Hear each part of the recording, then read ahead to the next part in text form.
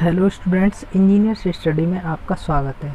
तो चलिए फ्रेंड्स, कुछ क्वेश्चन इम्पोर्टेंट हमारे रेजिस्टेंस के बचे हुए थे जो टेम्परेचर से रिलेटेड होते हैं, ठीक है, उनको हम सॉल्व करने की पूरी तरह से कोशिश करेंगे।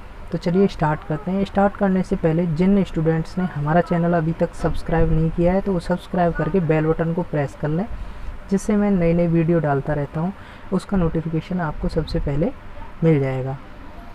तो चलिए स्टार्ट करते हैं।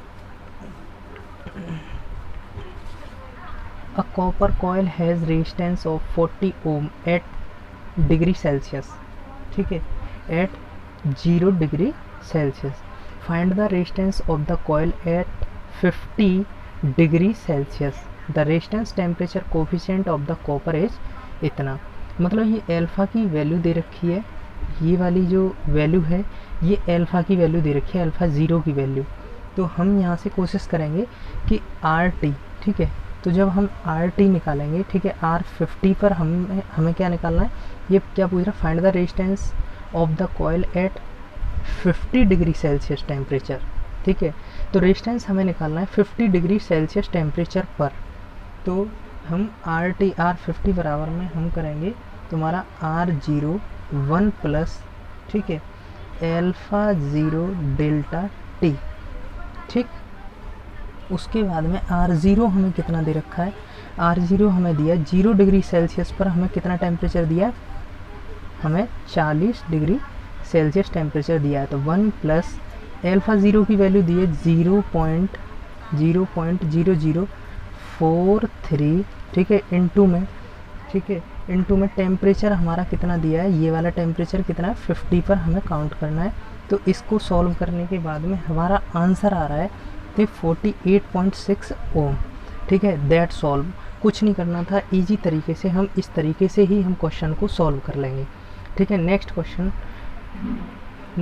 पर चलते हैं, ठीक है।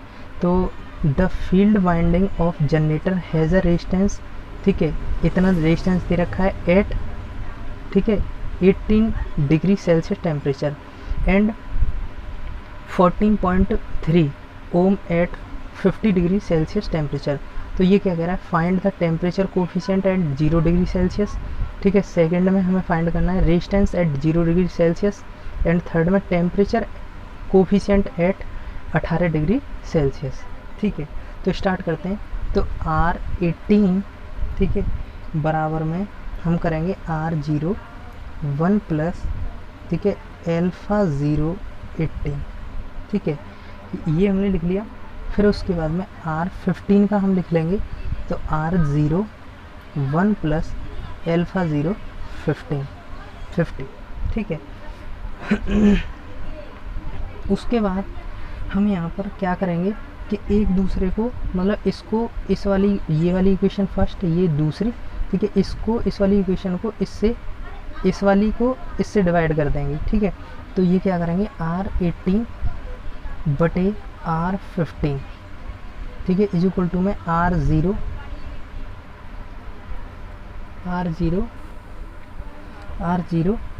ठीक है, 1 प्लस अल्फ़ा 18 अपॉन में R0 1 प्लस अल्फ़ा 0 50, ठीक है। उसके बाद में हमें R18 और R50 की वैल्यू भी दे रखी है।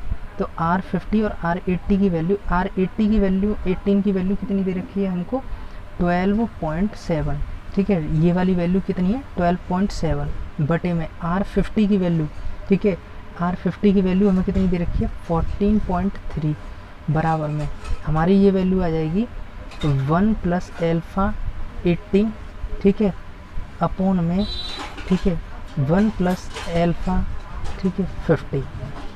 उसके बाद में सॉल्व करने के बाद में हमारी ये जो सॉल्व करा है मैंने, सॉल्व करने